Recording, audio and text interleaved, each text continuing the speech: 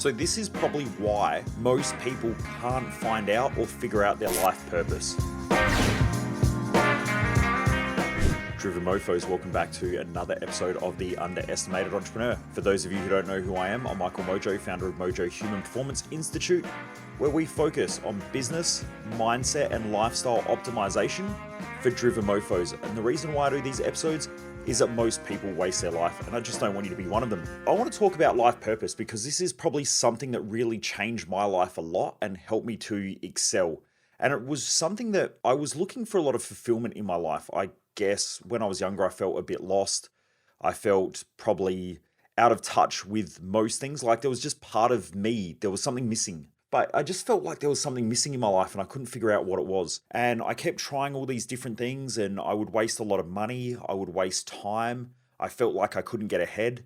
I also felt like there was this missingness in my life and I didn't know what it was. And I think most people try to fill that missingness with something else outside of themselves, whether it be money or an intimate relationship or certain types of experiences or whatever. But I didn't really know what it was, and that's sort of what led me to get into personal development. Then over the years, a lot of people spoke about this thing called a purpose. I know that everything really has a purpose, but I just didn't really understand the context and the content or the reason why it was important to understand my purpose. And I did all these different personal development events, and they spoke quite a lot about the importance of a purpose. But I never found that I could get on top of it and figure it out. And I couldn't understand why either. And it seemed like there were so many people that were like, oh, my purpose is this or my purpose is that. But I also noticed that it seemed like what they said their purpose was versus what they were actually achieving in life were two different things. So there's probably a lot of people out there who might be listening to this who have done a lot of personal development or a lot of personal growth. And you might think you know what your purpose is, but I'm going to go through and really help you to clarify if that's true or not, because there are a lot of people out there who delude themselves into thinking their purpose is something when it's not really that thing. And I guess I was one of those people for a while as well. There are also probably a whole bunch of people who are listening to this now who probably go, this is weird, wacky stuff. It doesn't make a lot of sense. Well, look, I was a bogan diesel mechanic who, used to think personal development was a waste of money. It was bullshit. I'd heard about it before, and I used to have some pretty harsh opinions about it, which is why I don't really judge people who have too harsh opinions about it now. I mean, I think that it's silly to think that way, knowing what I know now. But it's like everything, people don't know what they don't know. And so I wanted to really take this episode to share my journey through finding out my purpose and also the big contributing factors that really help you to figure it out, but also the things that stop you from figuring it out and also what it brings to your life. And I guarantee it will help you to be more successful. It will help you to be more fulfilled. You'll feel better about yourself and who you are as a person. And it gives a lot of clarity and meaning within your own life. And this is one of the 3 pillars of our Thrive Time event, the 4-day event that I have called Thrive Time, which is all about building your success map in life. Pillar number 1 is finding your fulfillment, because you can spend your whole life, and I've met probably thousands of people like this, spend your whole life working towards something that you think is going to fulfill you, and then you realize that you're still missing something. And there are a lot of people out there who have all the money in the world, yet they still feel like shit and hate their life. And again, this comes back to fulfillment. They're not fulfilled in what they're doing. There are a whole bunch of people out there who aren't achieving what they want, and they can't figure out why. But it's because they keep doing things that don't really fulfill them, so they self-sabotage and self-destruct.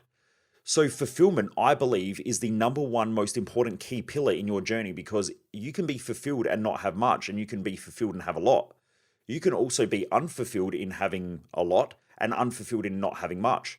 And the majority of people that I meet are really unfulfilled in their life and they can't figure out why. That's why it's the first pillar in building your success map for life, which is unique to you. I don't teach people how to be successful. People are already successful. It's just unfortunately, they create all these smoke screens and they try to live up to everybody else's expectations. And they've had a whole life of people projecting values onto them. And so when they go to make a decision, it's never their decision, it's most other people's decisions. Because when you make a choice based on how someone else is going to react, that's not your decision anymore. You've sort of lost yourself in that process. And most people go to work and they do things and they say, I'm doing this for whatever reason. They're really doing it for someone else. They're trying to prove something to somebody else, or they're trying to show somebody else that they're successful or that they're achieving something. And so their insecurities drive a lot of decisions. But also insecurities come from the inability to understand who that person is. So when you know who you are, you're not as insecure in your decisions. You just make decisions and that's how they are, and people are going to judge you and criticize you, and that's normal. So in this episode, I really want to talk quite a lot about why it's so important to get clear with your purpose or your life purpose and how it helps you to be fulfilled and create a lot of more fulfillment in your life. Also, it will help you to be more successful. Because when you're doing things that you are fulfilled in, you're more consistent with them. I also find that a lot of people lack consistency in their life, and that's normally due to doing things that don't really fulfill them, or when they do something that fulfills them, they feel guilty about it because of the implanted values of others. And so, in that situation, they're screwed either way. Because if they do something that's fulfilling, they'll feel judged and criticized and they'll stop doing it and then they'll self sabotage. Or the other way around is that they're not really committed to it. They don't really want to do it in the first place. And so because of that, they self sabotage. And that's part of the reason why people self sabotage, which I also talk a lot about in pillar number 3 of our Thrive Time event, which is building a success map. And that's around getting clear with how your mindset works as an individual. As I said, in my events, I don't teach people how to be successful. They've already got everything there. It's just they don't know how to tap into it. My job is to remove all the bullshit that's stopping them from being successful, because most people self-sabotage, self-destruct, procrastinate, and then that stops them from achieving the things that they want. Everyone's already got it there. Like, kids are very smart. They're very intelligent. They're inquisitive. They ask questions and they normally do what they want. Until someone comes along, tells them off, tells them what they should do, tells them what they shouldn't do. And then after a while, they start suppressing parts of themselves. That's part of a normal child's journey. But over time, we keep collecting these opinions of others, these thoughts of others. Other people tell us that we upset them, so we keep adjusting our behavior or moderating our behavior. And when we do that, the more we do that, the more we lose ourselves in that process. Now, it's important to understand that we do impact others in the way that we do things. But if you're self-aware, if you can control yourself, and you have the 3 key pillars for Thrive Time and your success map in life, you normally just get on with the job of doing the thing that you're born to do, and then you're highly successful at it. So anyway, let's get into talking about life purpose and your purpose just in general. So these are some of the key points that I'll go through. So when we're talking about life purpose, most people will come to Thrive Time and they'll say something like, I've done events and I've discussed purpose. I know my purpose. Or you have other people that are like, I have no idea what it is. I've never even really thought about it. I don't really know what to do. I don't even know the importance of it. And what I find is that when someone tries to figure out their purpose, first of all, they struggle with it. And they struggle with it because of the implanted values of others and the opinions and the beliefs of others. So let me give you an example. You've got a child. Child wants to go out the back and play. Mum or dad says, you can't go out the back and play because it's raining. Child goes, okay, if I go out the back, I'm going to upset mum, or I'm going to upset dad, or my parental figure. I'm going to upset that person. Now I have a choice. Do I mediate my behavior and suppress part of what I really want? Or do I go outside and play and then potentially upset mum or dad? And in which case love is removed, or I will be yelled at, which makes me feel unsafe, or something along those lines. So you start to mediate your behavior. You start to change the way you act based on what mum or dad want. Then, this happens consistently as a child. Part of that is important. I'm not going to go too deep into it in this episode. I think I've spoken about it before. But children they're born without the intellectual part of their brain really that well developed. So they need to have rules, they need to have boundaries. All of those things are super important. My point is, with figuring out your purpose, you've been taught most of your life to moderate or mediate your behavior based on what other people want you to do and what other people want you to be, because you've got this fear of upsetting others and having love taken away, having acceptance taken away, and that makes a human feel unsafe. How evolution works is we go from the most primitive responses. So one of our most primitive response is the flight, fight, and freeze response under stress. And so we will want to fight, we'll want to be aggressive. So that's the fight response. We will want to flight, which means we want to run or get away from something that we perceive will challenge us, or we will freeze and shut down. Those 3 responses are one of the most primitive responses. Why? Because they're there for safety. They're there to protect us. Now, you can be the smartest, most logical person who is purpose-driven and mission-driven, and your head's up in the clouds and you're thinking about all these amazing things that you could be doing in life. But the truth is, if a lion runs up and grabs you and mauls you to death, you're fucked. Then your mission, purpose, values, all of those things have no meaning whatsoever. So our brain drops back to the most primitive survival response back in that threat. And so what it does is we go from logical thinking back into survival thinking. And that there overrules everything else in that case. So let's come back to talking about purpose. So if we're a child and our parent takes love away from us, that survival response kicks in because it goes, shit, how do I feed myself? How do I go to sleep at nighttime? Because if I'm lying there asleep, this is the perfect opportunity for a predator like a lion or a fox or something else to come and attack me and eat me. So what will happen is our safety response gets kicked off when we don't feel like we're part of something, in most cases. And so for most human beings on the planet, if they're not accepted by a group or by their tribe, they will have that threat response kicked off. And so as a young child, we start to mediate and adapt our behavior because we think, shit, if mum or dad yell at us or our family member takes that away, we drop into that primitive survival response and we adapt our behavior because we have to fit into the tribe. Because as a child, you can't go and gather your own food most of the time. I mean, some kids will walk to the pantry and get their cookies and lollies or whatever, but they're essentially mediating their behavior for a survival response. They also know that they need their parental figure as a protection mechanism to ensure their safety and survival. So they start to adapt. But then they go to school, and at school, they need to fit in with a tribe. So other kids are there and they're going, you're fat. And the child goes, shit, survival response. I'm getting kicked out of the tribe here. I start feeling unsafe. So the survival response starts kicking in. And then again, the child adapts their behavior. You know, being fat is bad, or getting in trouble at school is bad. If I'm not smart, then that's bad. And so the child will start adapting its behavior. Now, some kids at school, they're always in trouble and they think, fuck this, I'm going to go to another tribe. So they just don't do well at school, but they will fit in with the naughty kids or whatever. So they, again, adapt their behavior in order to try to survive. That's essentially what it is. Now, how does this relate to your purpose? Well, because most people, when they come to one of our events, they will say things like, I've tried working on my purpose before, but I don't know what it is. Now, you do know what it is. You know exactly what it is. The problem is that you've spent the majority of your life adapting your behavior in order to try to fit in. And so now, when you go to figure out your purpose and also your values, which are essentially your core filtration mechanism within your brain, you can't think. Your brain will just shut down. So you go, shit, I can't really think. I can't really figure it out. And by the way, when I say shut down, if you're a neuroscientist, you'll know that that's not what happens. But you'll feel like you can't think effectively. Everything's scrambled. It's like there's this fog. I can't get clear with what I'm thinking about. And you start to stress out and you'll question yourself. And that's because you don't know who you are anymore. You don't know who you are because you've spent the majority of your life mediating or adapting your behavior in order to try to fit into the tribe. And you'll have a bunch of collective values, not individual values. You'll have a collective purpose, not your own purpose.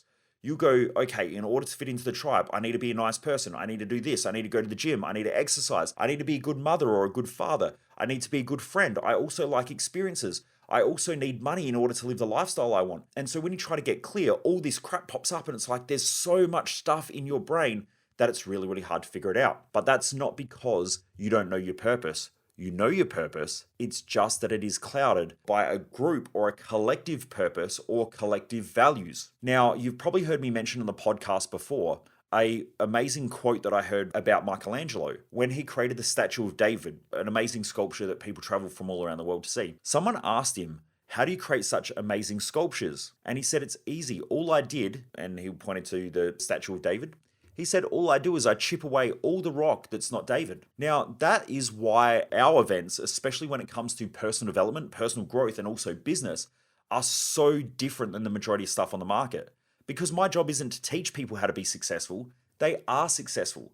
All I need to do is just chip away all the shit that's not them. And so I built all of our events not teaching people how to be successful, but taking away all the shit that stops them from being successful. Because they already are. Just like when someone comes in order to get clear with their purpose, their values, and their success map in life, it's not about teaching them how to create success. I just have to show them how to break away all the crap that's not them and chip away all the crap that's stopping them from being successful. Because most people have a collective bunch of values, they have a collective purpose, they have collective goals. They're trying to help everybody else do something instead of themselves. Your life, and this is the dead giveaway, your life already demonstrates your purpose and your values. So when someone comes to me and they say, you know what, Michael, I want to be rich. And I go, okay, cool. And that's part of your values. And they go, yep, I always think about making money. And I go, how much money do you have? And they go, I don't have any money. And I go, okay, then it's not your values.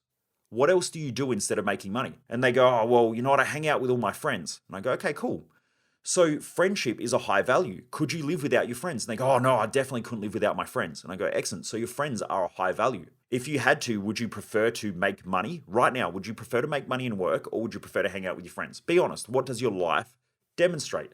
And they go, well, I would prefer to make money, but that's only because they're in pain. They're in a survival response, right? So if you're in pain and you've got no money, you will automatically think that money is important because it keeps you safe. It's a safety response. But the truth is that your life doesn't demonstrate that money is important. Okay, it doesn't. And this is why a lot of people will make money, and then when they just get ahead a little bit financially, they go back to doing what they've always done, because what they've always done is their values.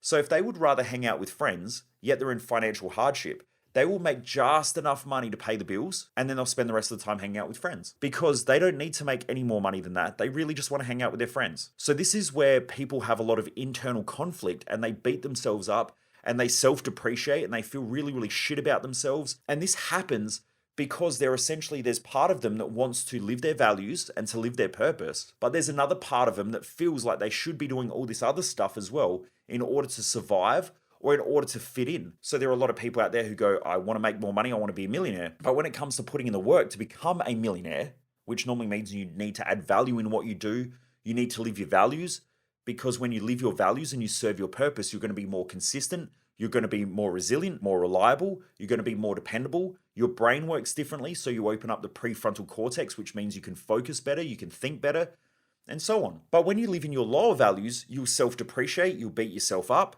you'll feel like shit, you'll tend to get more sick, you'll start something and then you'll just stop halfway through. So there are heaps of people who go, I just start things but I never follow through. That's because normally they're living lower values and they keep prioritizing lower values. So they start things, but when something more important comes up, they give it up and they go back to that other thing. And this is just a consistent pattern of behavior. We talk a lot more about this in my Thrive Time event. If you haven't grabbed your tickets yet, just go to www.themojomaster.com.au and grab your tickets. I guarantee it'll change your life. It's probably one of the most amazing events if you want to achieve more in life. I guarantee it. And we have super successful people coming along to people who've just gotten out of jail. It's absolutely awesome. And it's not your normal personal development event where, you have to jump up and down and high five each other and all that stuff.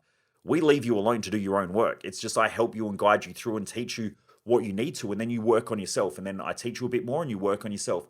And you keep building out all this map for your success so that you can keep achieving stuff. And one of those is getting clear with your purpose. And it is so important to do that, because when you do that, it will give you that focus. It will give you that clarity. It will make you more reliable, more dependable, more resilient, all of those things. So anyway, the reason why most people don't know their values is because they don't understand that their life already demonstrates their purpose and their values. So for me personally, if I look at my life, if I look at my whole week, this week I've spent the majority of my week working in the business. I've spent the majority of my week studying, learning, teaching, and coaching. I have spent the majority of my week spending time with people. So I spent time with Jess, my wife. Last night we were sitting on the couch watching a movie, and I wasn't watching a movie because I wanted to watch the movie so much. I wanted to watch the movie because I got to spend time with Jess. And so spending time with people is important to me. A lot of the time, the things that other people want to do, I don't really care about. I'll watch a movie with Jess, and normally it's something that I love watching life stories about someone, like a biography, or I love watching documentaries and things like that. Because for me, learning is such a high value of mine. Now, when I have a look at my life demonstrates that I love learning. If you're watching this on YouTube now, and by the way, if you're not following me on YouTube, please jump across to YouTube and check out Michael Mojo on YouTube.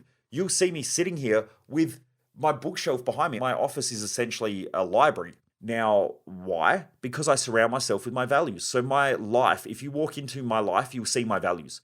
There are books all over my office. My computer is full of learnings, of PDFs, of downloads, of things like that, because I love learning. Now, what do I love learning about? I love learning about human behavior. I love learning about business. I love learning about wealth creation. I love learning about health and fitness. So if you have a look, my life actually demonstrates my values, and I spend money on my values. I spend a lot of money on teaching, on researching, on writing. In fact, the majority of my income and the majority of the business income goes to me teaching. Okay, so my events cost a lot of money to run. I invest that into my life because that's what I love to do.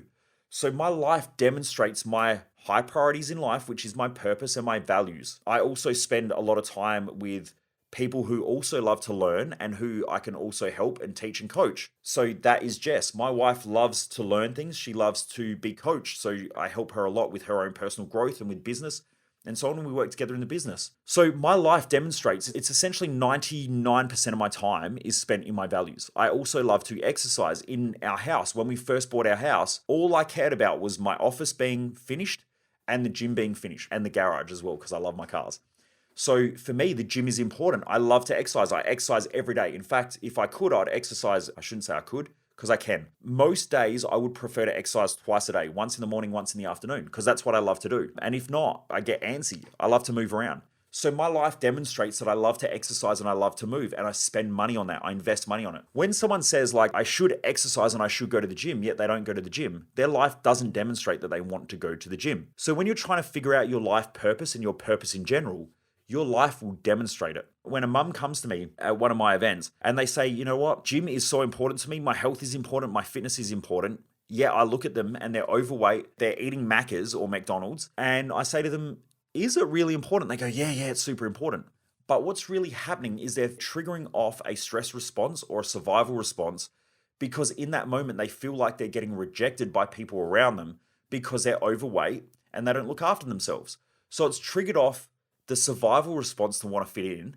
So now they're saying going to the gym and their health is important, but the truth is their health really isn't important because when I ask them, what do you spend most of your time doing? And they go, well, I've got 5 kids, 3 of them are at home. So I spend most of my day doing the washing, doing the ironing, cleaning the house, looking after the kids, dropping the other 2 off at school, picking them up from school, taking them to sport practice, looking after the other kids' health and all that stuff. Their life demonstrates that their highest value and potentially their life purpose is family or kids or looking after their kids or being an amazing mother. So their highest value might be children or family, and their life purpose may be to create an amazing environment for my family or to create a nourishing environment for my family to thrive. So the purpose is essentially a statement that encompasses their values. So the person's life demonstrates their values. That's point number 1. Number 2 is the reason why people don't get clear with their purpose is because they keep trying to live up to the expectations of others. And what you'll find is when you're living up or trying to live up to the expectations of others, you'll have self-depreciation. You will self-sabotage. You will self-destruct. You'll procrastinate. So these are just some of the key signs of someone trying to live up to someone else's expectations, which essentially is living in the implanted values of others in order to fit in as a survival response. And that's what's going on. So someone will go, you know what, I'm going to go to the gym this week. I'm going to go exercise. I'm going to do 5 days a week. I'm going to, set everything up. Now, if we take that mother again, she is going to set herself up to fail because what's going to happen is I'm going to go to the gym 5 days a week. I'm going to look after my health. I'm going to clean up my diet. So now she's created a fantasy and a delusion around what a good habit looks like. So she's over-assumed that she's going to be able to do something based on having a lower priority of going to the gym. Her high priority is family. So if we look at the prioritization of her life and her brain is going, my family is the most important thing, yet right now I'm prioritizing going to the gym and exercising and being healthy over my family. Now what will happen is this mother will book in the gym in her calendar. She'll set up her week, she'll get her exercise gear out, she'll go to the gym, she'll clean out the fridge, throw away all the shitty food in there. She'll go, you know what, this week's the week. I'm going to start my diet, I'm going to eat clean, I'm going to go to the gym, I'm going to lose all this weight. Right, I'm so motivated. Now, this is the reason why motivation doesn't work in most cases, because motivation is external. So now what's going on is she's not inspired, she is motivated. When you're inspired, she's inspired to look after her family. She's motivated to go to the gym. So she has this external driver based on the opinions of others and trying to fit in and trying to be accepted. And so now she's jammed up this lower value of going to the gym above her family. So day 1 comes, she gets up, she goes to the gym, she exercises. Day 2, she does the same thing. Day 3, one of her kids is sick. In her mind, she sits there and goes, shit, I've really committed to going to the gym. But family are important and the kids need me. But I really need to go to the gym. But I really need to look after my family. My family is the most important thing to me. But you've committed to going to the gym. This is the languaging going on in her head that morning. Then what happens is she's setting herself up because now she's going to self-depreciate. So she goes, shit, if I go to the gym, I'm not being a good mum. So therefore, if I'm a bad mum, I'm a failure, I'm just a horrible person. What sort of mum can't look after their kids? And so she'll start using this type of languaging inside of her own head, which is her own internal dialogue. Then if she goes to the gym, she's going to feel like a bad mum. But if she doesn't go to the gym, she's going to feel like she's disappointed herself and let herself down because she's committed to this new goal, which is a lower value, a lower priority. And also when you look at her life purpose may be to be the best mum that she can be and provide a nourishing environment for her family. So now she's in a predicament. And now she's got this self-talk going on, which is self-defeating. Now I'm assuming everyone who's listening to this has gone through this almost every day, if not 10, 20, 100 times a day. And this is why it's so important. And this is why I believe that Thrive Time is the greatest thing that most people will ever do in their life if they can come to that event. Because when you start to understand yourself, you don't have these self-depreciating thoughts as much. You really start to reduce them a lot because you deal with these inner conflicts. Now, if that mother understood her purpose and understood her highest values, she would go, you know what, my family's my higher value. My purpose is to provide the most nourishing environment. So right now, the best decision is to look after my family. Job done. But because she's unclear on her purpose and doesn't understand how her values work effectively, and there are so many personal development courses, there's so much stuff online talking about values, but most of them don't help people to get them right. In fact, most of them cause more confusion with people. So anyway, this mother now decides to look after her kids, which is serving her purpose and her higher value, which is exactly what her life demonstrates. Yet, in order to fit in and in order to have safety and security within her own life, she feels like she should have gone to the gym because she's afraid of getting judged and criticized by the tribe, in inverted commas, which is her friendship circle, her peer group, the people who follow her on Facebook that she doesn't even know. Or when she goes out in public and someone looks at her a bit different, she goes, shit, they're judging me. I don't fit in. Therefore, my survival response kicks in and she gets stressed out, or she feels this survival response, or, adrenaline kicks up. And it has a similar response hormonally to survival. So she goes into the flight, fight, or freeze response. So anyway, this mother looks after her kids, but then at nighttime, she sits there and she's watching TV and she goes, you worthless piece of shit. You didn't go to the gym today. You gave up on that. This is another thing that you've given up on. You always give up on things. And then she says things to herself like, you know what, maybe I'm just not dedicated. Like I just can't commit to things. I always give up on everything. I start something, then I just can't follow through on it. And now here we go. There's more self-depreciating, more beating herself up. And so it lowers her self-worth. It lowers her self-love. It lowers her self-respect. It lowers her ability to commit again. Because next time she goes to commit to something, she goes, I always commit to things, but I always give up on them as well. Maybe I just shouldn't do anything. Like maybe I shouldn't push hard, or maybe I shouldn't work hard. Maybe I shouldn't do things. Now, I hear this every week when I'm on the phone with people. Someone says, Michael, I'd love to have a call with you. I want to grow my business. I want to have a better life or whatever. And I get on the phone with them and I try to get them to come along to one of our events because I know that that's going to help them to succeed and help them to excel. Yet they sit there and they're indecisive and they have this indecision. The indecision isn't that they don't know what to do. They know exactly what to do. They just can't make a decision because they have all this self-depreciation and they don't back themselves because they keep making decisions based on the lack of clarity they have around their values and their life purpose, which keeps them stuck in this thing of like, you know what, I know I should do it, but at the same time, it costs money and it's going to take time. And what's my mum going to say? And what's my dad going to say? And what's my friendship circle going to say? And again, the survival response kicks in. And then they get off the phone and they're going, shit, I know I should do it, but at the same time, I don't follow through and I've got work as well. And so their mind is just chaos. Now, if you're sitting there going, shit, this sounds like me, like my mind is consistently in chaos. I have all this self-talk, like my brain just chatters all the time. That's again because you are unclear on your life purpose. You're unclear on your highest values. You don't know how to prioritize your life. You don't know how to prioritize what is important versus what's not important. So you set yourself up for self-sabotage. You set yourself up to self-destruct. You set yourself up to procrastinate. And then over time, you self-depreciate. If you keep trying to live up to the expectations of others, you'll beat yourself up. And so one of the fastest ways to figure out if someone is clear with their purpose and values, and a lot of the time, because I've coached tens of thousands of people over the years, I know most people better than most people know themselves. I can talk to someone for 5 minutes and tell you almost more about their life than what they can tell you. Now, they can tell you the story about their life, but I can tell you about their operating system and what's going on. So when someone says, I want to do this in life, yet my life doesn't demonstrate it, I can already tell you that they're unclear on their purpose. When they say, I want to get my health on track, yet at the same time, their life doesn't demonstrate that they want to get their health on track, I can tell you that they're already unclear with their purpose and they're unclear with their values. When someone says, Michael, I keep self-depreciating, I keep self-defeating, I self-sabotage a lot, I procrastinate a lot, I can tell you they are living with the implanted values of others, trying to fit into the tribe. They are self-depreciating a lot. They beat themselves up. They have a chaotic mindset. They have a lot of internal chatter, a lot of internal dialogue. And sometimes that will go so far as to have a shutdown response. So sometimes I'll work with people and they'll say things like, you know what, Michael, I can't answer any of these questions. So I'll say to them, what's important to you in life? And they're like, I just don't know. It's not that they don't know. It's just that now they have, if we go back to the survival response, fight, which that could come across as aggression. It could come across as arguing. It could come across as, raising their voice or getting frustrated or things like that. That could be a fight response. A flight response will be to run away. So a lot of people will run away from things. Like there are people now who listen to this and go, you know what, I need to do something. Like I need to do something and I need to change this.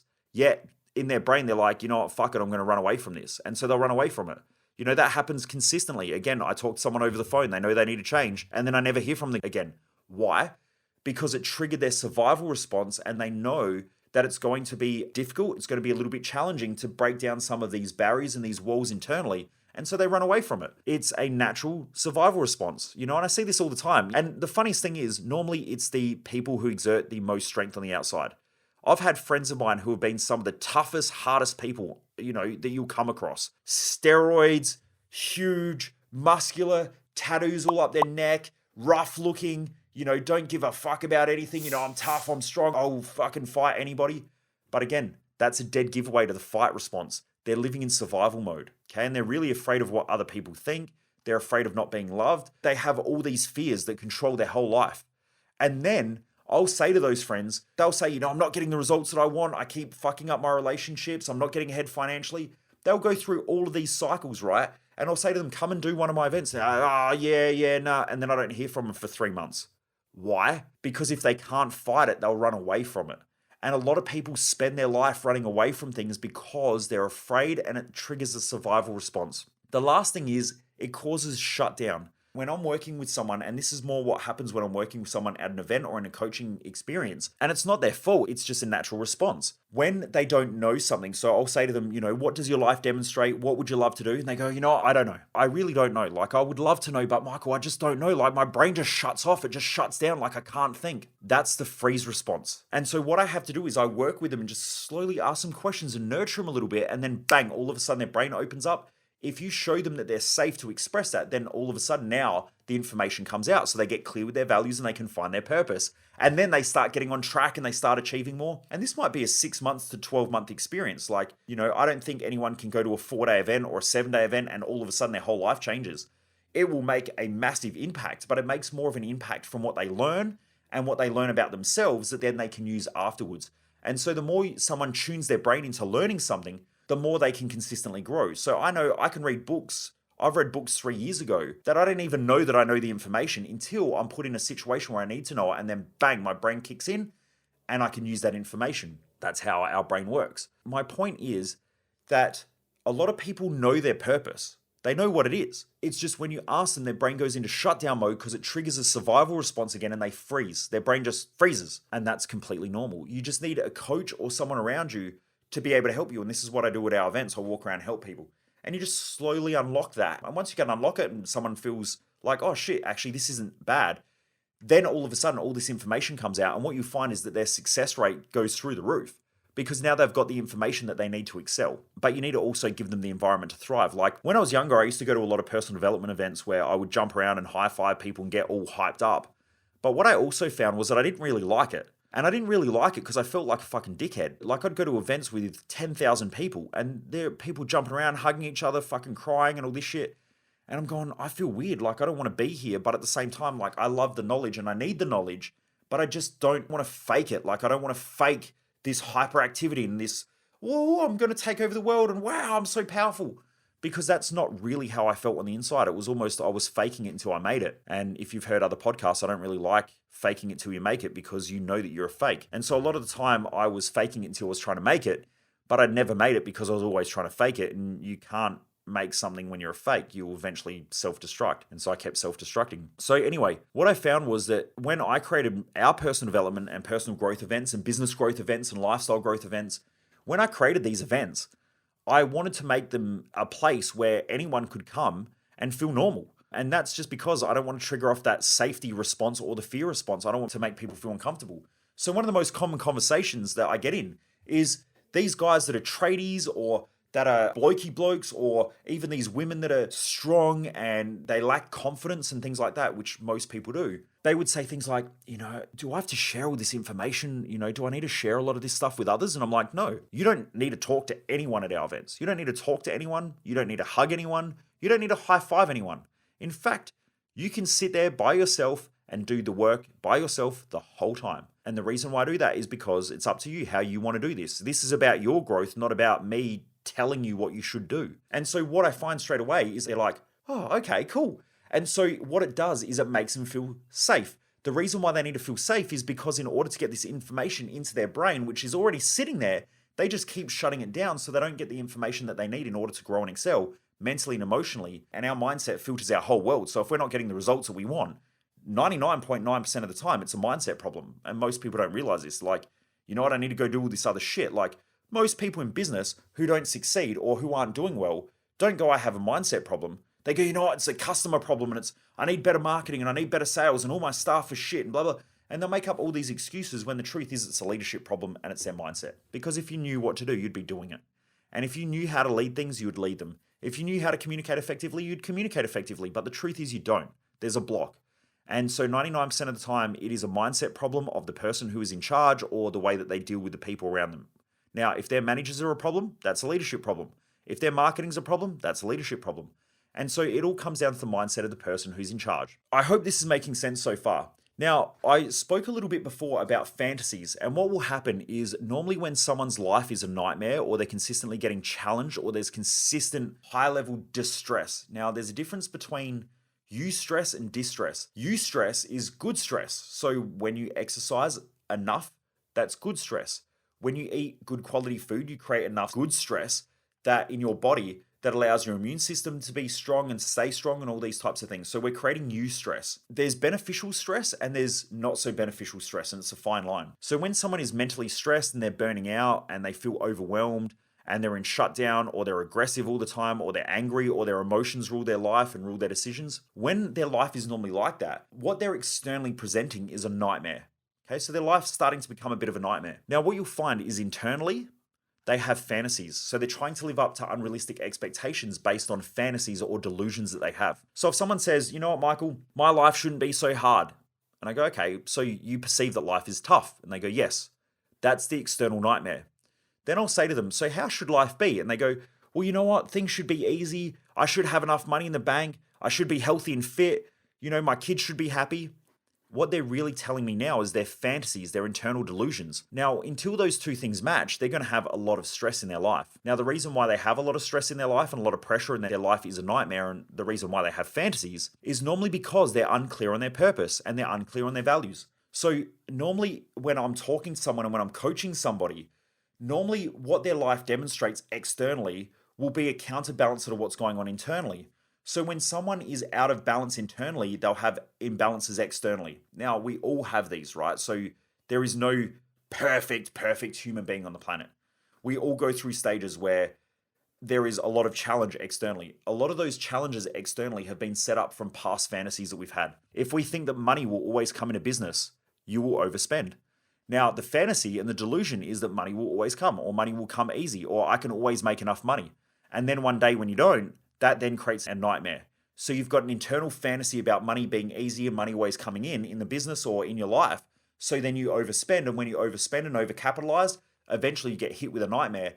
That nightmare is an external projection of something that's going on internally or has gone on internally in the past that you've got to clean up. Why do these happen? Out of balance value systems and unclear purpose. So the more unclear you are around your purpose, in most cases, you'll normally have external nightmares and a lot of challenges, and you'll keep chasing fantasies and delusions. E.g., when I hear people talk about financial freedom all the time, that's a fantasy. There is no such thing as financial freedom. The more money you make, the more risk you have, the more responsibilities you have, the more you have to manage it, the more people want to get at it. There's a whole bunch of problems that open up that the majority of people will never understand. And that's just because they fantasize about money. Some people fantasize about health and fitness. They see someone with a six-pack or a beautiful body and they go, oh, I'd love to have that, to be so good. Because in their head, they have this delusion that when I look this way, people will accept me, I'll be able to love myself. But what they don't realize is in order to get there are all these challenges. You have to consistently monitor your food. So that also creates a whole bunch of stress.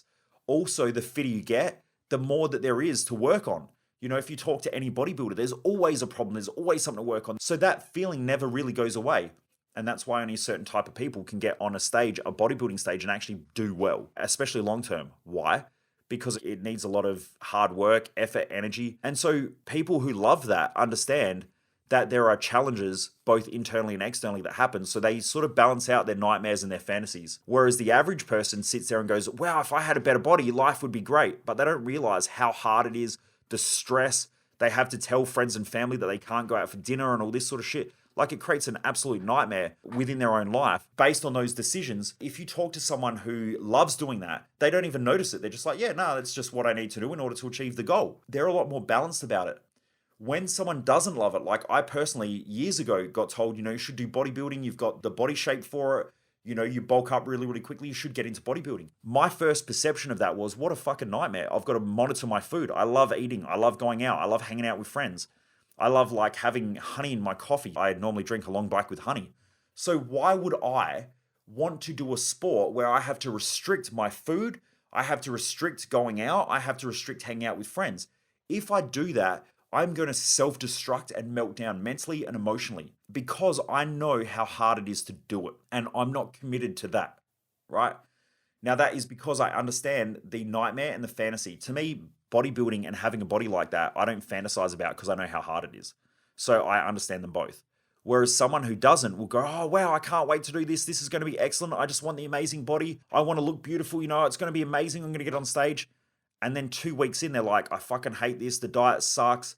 I've been binge eating all the time. I've blown out my diet. This sucks. I hate myself mentally. Like, this is shit. I can't even focus at work. I've got relationship problems because I'm snapping at my partner. This is because there is an imbalance between the nightmare and the fantasy. They're essentially driven by a fantasy and it's creating external nightmares. Why? Why would someone commit to doing bodybuilding or something like that when it's not really important to them? And so now they're getting expression of nightmares. Why? Because they're unclear on their purpose. They don't actually know what they want in life. When you know what you want in life, you realize that shit like that isn't important. If it's not important. Whereas I have some friends of mine. In fact, I worked with Matt Smedley, who was Mr. World Bodybuilding Champion in NABBA. So he was the NABBA Mr. World Bodybuilding Champ, I think in Division 1. And then I think he took out second overall by a point. Now, for him, he loved it. He loved the sport. He didn't care about the diet. That's what he did. He didn't complain about it. Very rarely did I hear him complain about it. He just enjoyed it. Whereas when I would speak to him about it, there's no way I could do that sport. No way. I could, if I was prepared to sacrifice the things that are important to me in life and essentially live like shit and feel like shit, I could do that sport. But I wouldn't because it's not my purpose. My purpose is to help people to lead an extraordinary life. That's what I want, is everyone who's listening to this now, I want you to live an extraordinary life, which is exactly why I teach mindset hacking or mindset optimization, because I believe that if you want to excel in life, you have to understand how your mind works and you have to have tools to consistently work on it, right? If you want to have a high performance car and you don't know how it works, eventually it's going to break and you're going to have to take it to a mechanic. Most people spend their life trying to fix something that they have no idea how it works. And so they just consistently go to mechanics to try to go fix my fucking head.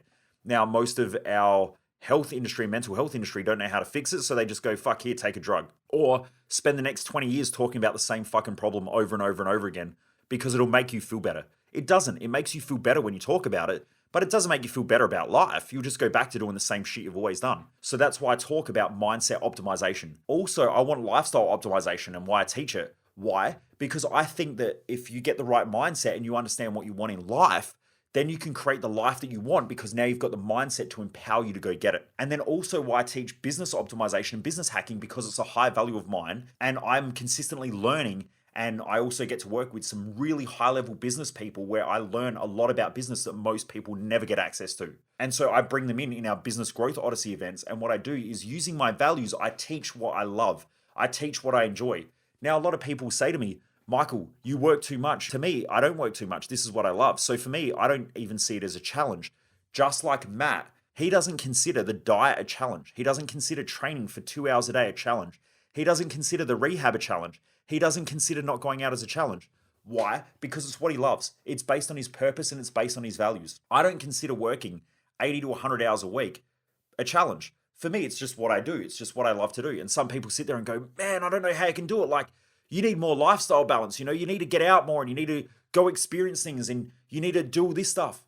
What they're doing is they're essentially projecting their values onto me and they're projecting their life purpose onto me and they're expecting me to adapt to what they perceive as important in life, which isn't important to me. And I learned this years ago because my mum used to do it. My mum's highest value is family. And so she would always say to me, family's important. You've got to spend time with family. Family always looks after each other. And so if I was working a lot, she would say things like, you never hang out with us. You don't care about us. And she would use guilt as a way of trying to pull me back into her values. And families do this all the time. Now, when I would do that, I would go to family functions and I would sit there and I would listen to everybody else talk. And they're all having fun. And I'm sitting there like, I'd rather be working. And then in my head, I'm thinking about business. I'm thinking about business and I'm thinking about human behavior and I'm thinking about clients. My mum would come up to me and family would come up to me and they're like, is everything okay? And I go, yeah, everything's fine. And they're like, well, you just seem distracted. You seem like you're not present, like you don't want to be here. Don't you care about us? Don't you care about this? And I'm sitting there and I'm like, what the fuck? I'm just sitting here like I'm doing exactly what you wanted me to do, which is be here. And at the same time, I'm feeling guilty for being here because I'd rather be working. But now I'm getting grilled because it's like I'm getting told that I'm not present. Like, what do you want from me? And what I realized was that I was only there because I felt guilty. And guilt is a byproduct of having unclear values and an unclear purpose. So then what I did was, once I realized this and got clear with my purpose and got clear with my values many years ago, I sat my mum down. I said to her, what do you want from me in life? And she said, Michael, I want the one thing that I've always wanted. I want you to be happy. And I said, what do you think makes me happy? And she said, well, I know you're teaching and you're working. I know that's the thing that you love. And I said, cool. And the gym and so on. And I said, so can you see that when I'm not doing that, that's the thing that makes me unhappy? And she said, I guess. And I said, can you see that I am doing what I love? And she said, oh, yeah, I guess. And she started to cry. And she said, Michael, all I've ever wanted for you is to be happy. And I said, can you see that I am? Whereas prior to that conversation, she thought that me working made me miserable. She thought that me working all the time made me unhappy and unfulfilled. And she thought that based on her own projection of her values, that me being around family would be the thing that makes me happy and the thing that makes me fulfilled. Now it does, but it does for a short period of time. Like I had about a 10-minute conversation with my mum yesterday just over the phone, and I'm catching up with them for dinner this week, but I haven't seen them for a month. Last time I caught up with them was a month ago. And I ring mum and dad every week. They're still together, they're married and so on. Normally I can have a 1-minute conversation with my dad, and I have about a 10 to 15-minute conversation with my mum, and I'm fine. That's it. That's all I need every week. That's it, and I'm done. And I feel great. If I were to spend 5 hours with them every week, I would be completely disengaged. I wouldn't want to be there. I'd be thinking about work. I'd be thinking about business. I would get frustrated easy. I would start shutting down mentally and emotionally because it's not part of my purpose and it's not part of my values. Family is in my values, right? They're important, but they're not my highest values. So I would prefer to prioritize, in most cases, work over family. Now, I perceive a lot of my clients family. I know I spend a lot of time with Jess, family. So I still have family. I still feel the feeling of family. It's just different than what my mum perceives it as. Now, it's different for everyone. Some people can go to the gym for 5 hours a day. Some people can only spend 1 hour a week at the gym before they start getting frustrated and start feeling like shit and start feeling like they're sabotaging other areas of life. This is because their values are dictating what is important to them, and their values create clarity around their purpose. So the reason why I'm giving you so many different examples is that if you're listening to this right now and you've been trying to figure out your purpose, I've given you like 20 different examples of how you can start to figure it out. If you really want to get clear on your purpose, you have to understand your values first. The clearer you get on your values, the easier it is to understand your purpose. And what I've found after working with tens of thousands of people over the years and having, all these people come to our Thrive Time event, is what will happen is because of the implanted values of others, it's created such a smokescreen that even the first time you work on getting clear with your purpose and your values, normally they'll still be distorted. Okay, it's almost like cleaning a shower screen or a screen in your shower, like the glass screen. If it's got soap scum all over it and you just wipe it with your hand, it's still really hard to see out of. And the more that you scrub it, the easier it is to see out of. The more you keep working on yourself, the easier it is to see with clarity what your direction is in life. Which is also the reason why most people that I've ever worked with and ever studied, who are some of the most successful people on the planet, consistently learn. Why? Because the more you learn about something, the more you remove the soap scum or the fog or whatever you want to call it off of the glass that is directly in front of you or the glasses that you're looking out of, and the easier it is to see things. And so when someone says to me, like, I meet a lot of people who have a lot of chaos and a lot of turmoil in their life. They might use drugs. They use alcohol as a coping mechanism quite a lot. They might overeat, and they have all these destructive behaviors or self-sabotage patterns. And I say, come to one of my events and learn. They're like, I know people who don't need to learn this shit. And okay, cool. Go do what you want to do. And so they keep going off and they keep fucking up their life. They keep self-sabotaging. They keep self-destructing. Why? because they're afraid of cleaning off that soap scum, because what they know is what they see. And what they see out of their own eyes and what they see with their own brain makes them feel safe and comfortable. Yet at the same time, it causes most self-destruction. So either way, they're going to feel uncomfortable. They're going to feel uncomfortable having to work on themselves, or they're going to feel uncomfortable having to live a life that is shit, that they don't enjoy, that they consistently self-sabotage, that they consistently beat themselves up. They've got all this internal chaos. They use drugs and alcohol and things like that to say, well, alcohol doesn't affect me. Like, I've got friends of mine, even my dad does it. He'll say, I'm fine. I can have like 3 beers after work and it doesn't affect me. Yeah, it does. It's just so normal that you don't even know it. Like, if you have a look at someone who walks, if you know human behavior, you watch someone who walks, most people have bad walking patterns. And if you watch runners, there are so many people I see running every day who have such bad running technique, yet they don't know any different until they end up with a severe injury. And then they go and see somebody and they do just enough to get out of pain. That's how most people live life, right? They'll just keep doing what they've always done. They don't think that there's any problem until the shit hits the fan and until they're in tons of pain. And then they make up excuses and they play the victim card and, maybe I'm just not meant to do this. But the truth is that you had a really bad pattern. You were just so unaware for so long. It took so much pain in order for you to wake up. And now that you're awake, you have to decide what you want to do. Do you want to play your victim card? Do you want to create some sort of story why you're not meant to achieve the things that you want and blah, blah, blah, because now you're going to justify it? Or are you just going to go and shut down like most people do? How do you want to live life? And if you listen to someone's stories, they're like, I used to be a great footballer, but then I fucked my back and now I can't play football anymore. Well, you can play football. It's just now you've got to go and do all the rehabilitation on your back in order to be able to do that, because you've been playing in such a shit way for so long that you didn't even know. And that pain now is there in order to teach you what to fix, but you don't want to fix it. And so now you've got a story. You've got a cool story that now, your career ended because of this and blah, blah, blah. No, it's just that there are a whole bunch of things that led to that situation, and that situation was a learning experience. You chose not to treat it as such. And so now you have a story about it and you tell everyone your story because it makes you feel safe. That's all it is. Finally, I just want to give you some takeaways and some implementables. If you really want to get clear on your purpose, look at what your daily actions demonstrate. You're already showing your values. If you spend 3 hours with the kids, then probably family or kids are a high value. If you spend 7 hours at work, then something about work is important to you. If you're working in a creative job, creativity might be important to you. So you might not work for money, but you might work because you're creative. Some people go to work and you go, well, why do you work? And they go, I hate my job. And I go, well, why do you work? And they go, well, I need the money. So what they're really saying is that money is important to me. But then what I find is a lot of people, when they admit that to themselves, also feel guilty because someone else projected the values onto them, that money's not important, we shouldn't do whatever with money and blah, blah, blah, and people who chase money are bad people, so they pretend like they don't work for money. They're like, I just hate my job, I hate this, I hate that. Do you know how many guys and girls I know who go and work up in the mines, get paid amazing money, and then tell everybody that they hate their job? They've got exactly what they want, which is they go up there, they make a ton of money, and they come home. So the truth is that they work for money. When they know that, then you just go, well, I'm just going up there to make money. That's it. And now you start to feel fulfilled in your job. Instead of, most people go up there and they have this internal conflict, again, of implanted values.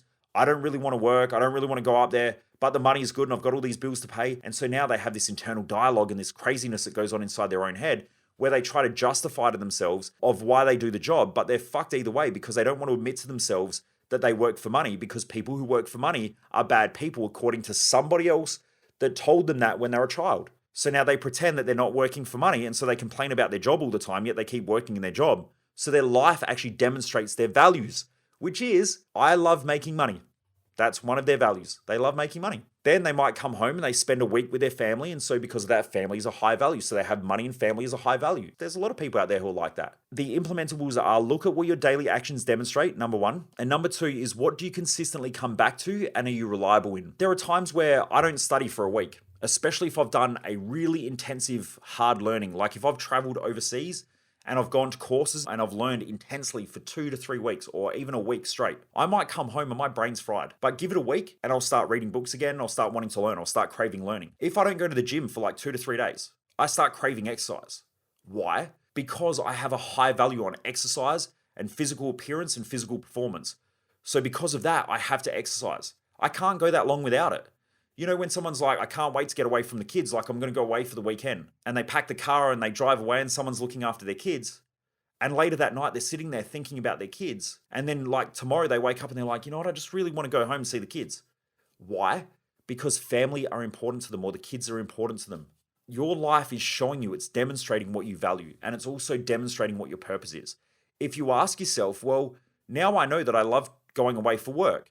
I love hanging out with cool people and cool friends. Why? Why is that important to me? Well, I love doing cool shit with cool people. Okay, cool. So now you've got your values and you're starting to get clear on your purpose. Well, you're starting to get clear on this stuff. And so you know now that part of your values are money and finances or wealth creation. And also you love hanging out with friends, but your purpose is to do cool shit with cool people. How do you do that? You do it with friends and you do it by spending money and making money.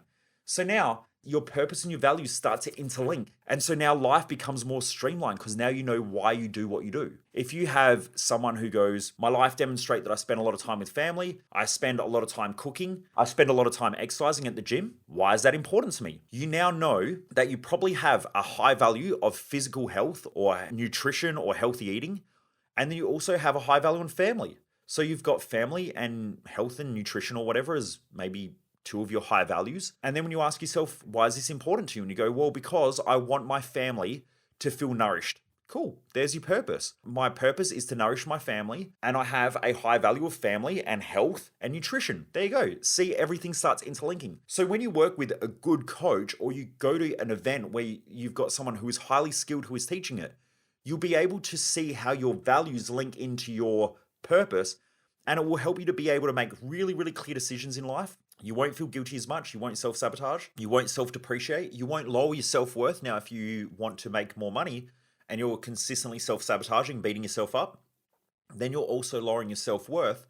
And there's a direct correlation between self-worth and net worth. I mean, why are you going to make more money if you keep beating yourself up and feeling like you're worthless? If you're worth less, then you're always going to be worthless. And if you're worthless, you're always going to be worth less because you self-depreciate, you beat yourself up. You won't see your own value. And this is one of the greatest things around wealth creation. The faster you get clear with your purpose and your values, the more money you make because you'll know exactly what to do.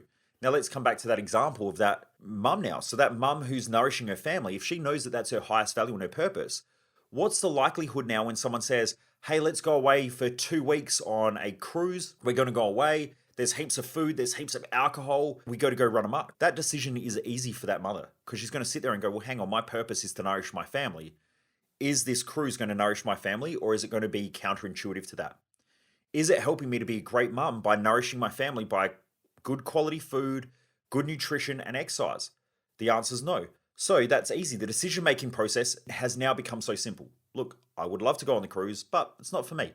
That's it. Job done. Whereas what most people who are unclear on their values and their purpose will do will go, yeah, let's go away. Then when they go away, their kids are eating shit, they're eating shit food. Now they feel guilty because they're fat. The kids are tired and cranky and snappy. Then they feel like a bad mum. And now you've got all this self-destruction and self-sabotage. Why? Because they didn't have clarity around their purpose and their values. The same as the person who goes up to the mines and works. We'll go back to that example. Now it's easy. They only work to make money so that they can go have cool experiences with their friends. Now that makes decisions easy because this person now is going to go start an exercise program and the exercise program has to be done at 5 a.m. in the morning where they're the only person at the gym. What's the likelihood they're going to be successful? Not high. Why? Because they're not hanging around with their friends. They want to go in an environment and train and exercise. So they've got a higher likelihood of going to the gym consistently if they have friends there. Now they can meet people and become friends or they can go to the gym with their friends. So if their friends said to them, hey, do you want to go to the gym? They'd probably go to the gym, but not because they really want to go to the gym, but because they want to hang out with their mates. So now that this person understands that they work so they can go have cool experiences with their friends or go do cool shit with cool people, which is their purpose, and they love friendship and they love making money, they're more likely to go to the gym if they feel like they're with friends and they're hanging out. And also if they still have the ability to go make money afterwards. So if they can figure out how it helps their career and if it gives them more energy, it makes them feel better and they have the ability to earn more money by being healthier, then they'll go to the gym more. So this is all the stuff that we teach at Thrive Time. I hope that this helps Driven Mofos. I really wanted to spend a lot of time going through this because something that consistently comes up so much is how do I get clear with my purpose? Like I said, I've had conversations with people so many times who have gone and done all these other events, courses, read books, done all that stuff, and they still feel unclear with their purpose and they still don't understand their values. And what they think of their values aren't their values. They're implanted values from others because of their childhood. And so if you look at what they want in life and you look at their behaviors, they'll be disjointed. There'll be a lot of self-depreciating thoughts. There'll be a lot of self-sabotage. There'll be a lot of procrastination So there is a lack of clarity. And so when I show them how I go through my methodologies and help them, they'll start to understand now how they can start to chip away all this stuff and get a lot clearer. And over time, you'll watch them start to find a groove and bang, they slip into it and phew, off they go. Life will become so much more fulfilling for them. They'll achieve so much more. They'll feel so much better. That's just how your purpose works and why it's so important. And it's probably something that most people haven't even considered is purpose and values. Unless you've been in the personal development industry or the personal growth industry, you'll hear it spoken about. But then the question is, has what you've implemented before worked?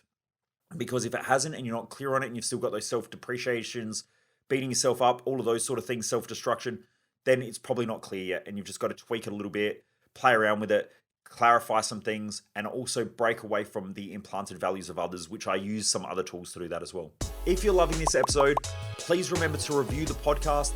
If you're listening to this on our YouTube channel, please remember to subscribe. Make sure you hit that subscribe button. Also, make sure you follow us on whatever platform you're listening, because I do upload these daily, and it will pop up on your app as well to remind you that there's a new episode uploaded. So please make sure that you subscribe or follow along with whatever podcast platform you're listening to it on, or if you're on YouTube, make sure you subscribe. Anyway, take care, Driven Mofos. Keep kicking huge goals, and hopefully I'll see you at Thrive Time.